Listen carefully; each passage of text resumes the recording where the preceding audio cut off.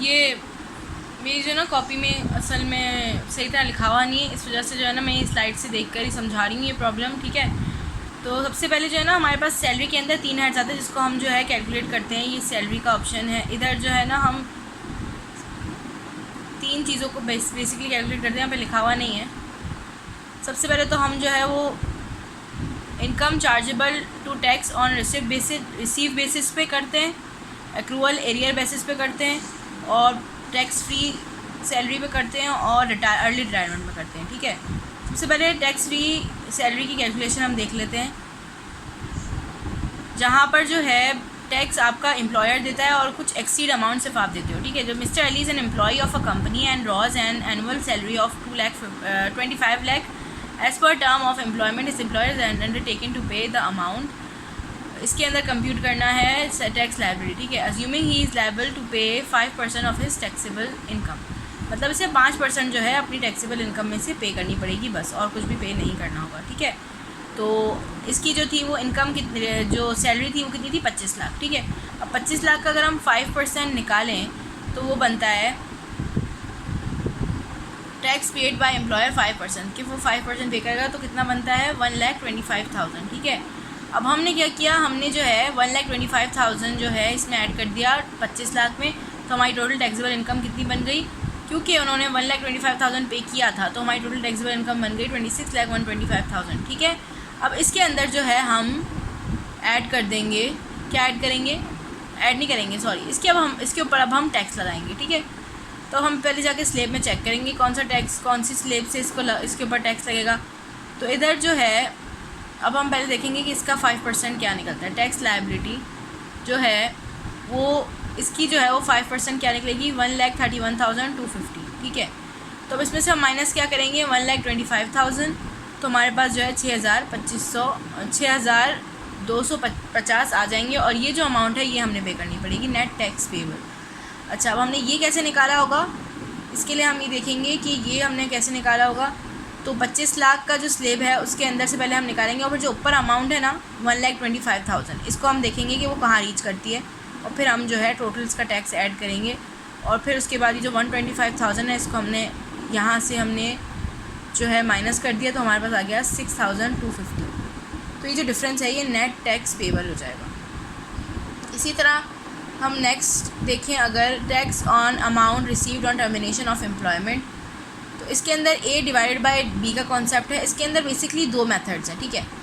सबसे पहला मेथड ये है कि यहाँ पे क्वेश्चन दिया हुआ है 25 लाख जो है उसकी सैलरी है, और 30 लाख जो है उसे गोल्डन हैंडशेक मिल रहा है जो अर्ली रिटायरमेंट में मिलता है, कि आप ये अमाउंट लो और आप अर्ली रिटायरमेंट ले लो, ठीक है। अब ये टेबल बना हुआ है, यहाँ पे 3 साल की टैक्सेबल इनकम लिखी हुई है और यहाँ पे 3 साल की टैक्सेबल लायबिलिटी लिखी हुई है। तो first method, according to first method हम क्या करेंगे, हम टैक्स लायबिलिटी को प्लस कर देंगे, टैक्सेबल इनकम को प्लस कर देंगे। हम टैक्स लायबिलिटी को डिवाइड कर देंगे टैक्सेबल इनकम से, तो हमारे पास जो है वो आ जाएगा एक रेट, ठीक है। हमारे पास एक रेट आ जाएगा जो कि है ये रहा 3.42। इनको ऐड करने के बाद हमने डिवाइड कर दिया, ठीक है। तो अब जो ये रेट आया हमारे पास, अब हमारे पास हमारी जो एक्चुअल सैलरी थी वो कितनी थी, 25 लाख, ठीक है। तो 25 लाख पे हम कौन सा रेट लगाएंगे, वही वाला जो स्लेब से निकालेंगे, ठीक है। और जो हमारे पास गोल्डन हैंडशेक की अमाउंट है उस पर हम स्पेशल रेट यानी 3.42 जो भी हमने यहाँ पर निकाला ये लगाएंगे। तो फिर उसके बाद जो है हमारे पास ये अमाउंट्स आ जाएंगी। 195 जो है वो इसकी है, और 1,02,600 जो है वो इसकी है, ठीक है। अब इनको हमने ऐड किया तो हमारे पास कितनी अमाउंट आ गई, 295,600। अच्छा, दूसरा मेथड क्या है, दूसरा मेथड ये है कि आप जो हो दोनों को ऐड करो, इन दोनों अमाउंट्स को ऐड किया, 25 लाख जो उसकी सैलरी थी पूरे साल की वो, और गोल्डन हैंडशेक की अमाउंट ऐड की, और हमारे पास आ गया 55 लाख। तो 55 लाख जब हमारे पास आ गया तो 50 लाख पे जो है 50 लाख पे जो है पहले हम देखेंगे कि क्या जो है वो स्लेब, कौन सा स्लेब लग रहा है। तो उसकी लिमिट जो है वो 50 लाख की, तो 50 लाख पे जो लग रही है वो अमाउंट लग रही है 6,70,000। तो अब एक्स्ट्रा 5 लाख पे जो है उधर लिखा हुआ होगा कि इतना एडिशनल जो है उस पर इतना लगेगा, तो उस स्लेब को देख के हम ये पूरा 55 लाख पे एक साथ लगा देंगे, ठीक है। तो ये कितना बन रहा है, 7,82,500। या नीचे लिखा हुआ है tax payer should go for that option which reduces his overall tax liability. It is observed that treating golden shake hand as a separate block yields less tax liability. तो वो फर्स्ट मेथड हमने इसीलिए किया कि देखो यहाँ पे कितनी ज़्यादा अमाउंट आ रही है, कंपैरेटिवली यहाँ पे बहुत कम अमाउंट आ रही है। तो उन्होंने ये कहा कि इट इज़ ऑब्जर्व कि अगर आप टैक्स गोल्डन हैंडशेक को सेपरेटली ट्रीट करते हो तो आपका टैक्स कम लगता है, आपका बहुत कम टैक्स आपको लगता है और आपका टैक्स बच जाता है। तो आपको जो है जिस जगह पे आपको जिस मेथड से आपको टैक्स बच रहा हो उसी मेथड को आप यूज़ करें, यानी कि हम इस वाले मेथड को यूज़ करेंगे, स्पेशल रेट वाला जो मेथड है। तो ये दो चीज़ें हो गई आपके पास। उसके बाद हमारे पास आता है टैक्स रिसीव्ड इन एरियर्स। ये हमने पढ़ लिया था शायद, नहीं, ओके। इसके अंदर क्वेश्चन है आपके पास कि Ali draws a taxable salary for 2 lakh per month. In the first year he is paid salary for 10 months. The remaining salary is clubbed together with salary for second year. Determine the taxable payable for the second year. सही है। यहाँ पे ये question का data दिया हुआ है। इन्होंने कहा कि 2 लाख पर मंथ उसकी जो है वो इनकम है, और उन्होंने फर्स्ट ईयर में 10 months की दी है, और सेकेंड ईयर में उन्होंने जो है बाकी 2 months की भी ऐड कर दी है। ठीक है, सबसे पहले इनका स्टेप उन्होंने क्या बोला, कैलकुलेट जो है वो टोटल इनकम करें और टैक्स लायबिलिटी करें एज़ पर रिसीव्ड। 2 बेसिस हैं, ये एरियर बेसिस हम करें ना, एज़ पर रिसीव्ड बेसिस और एक्रूअल बेसिस, इन दोनों बेसिस पे हमने करना है।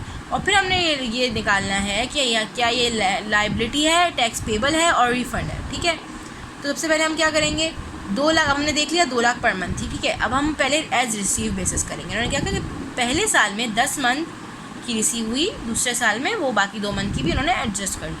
2 lakh multiply by 10 20 lakhs, 2 lakh multiply by 14 28 lakhs। सही है।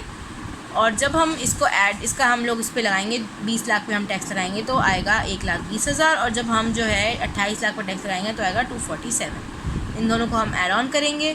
इसी तरह हम सेकंड स्टेप में क्या करेंगे, हम एक्रूअल बेसिस पे लगाएंगे। एक्रूअल बेसिस का मतलब होता है, एरियर बेसिस का मतलब होता है बकाया जात।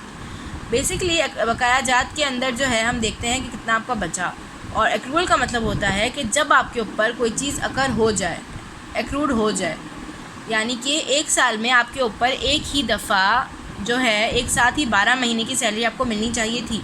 आपको मिली 10 महीने की, लेकिन आपको कितनी मिलनी चाहिए थी, 12 महीने की, यानी कि आप अर्न कर लो जब। तो एक्रूअल बेसिस का मतलब ये कि व्हेन यू अर्न, तो जब आपने अर्न बेसिस पे जब आप करते हो तो आप दोनों साल में 12 महीने की ही कंसिडर करोगे। नो मैटर व्हाट आपको कितनी मिली है सैलरी किस साल में, लेकिन आप यही सोचोगे कि आपने अर्न तभी की है जब आपकी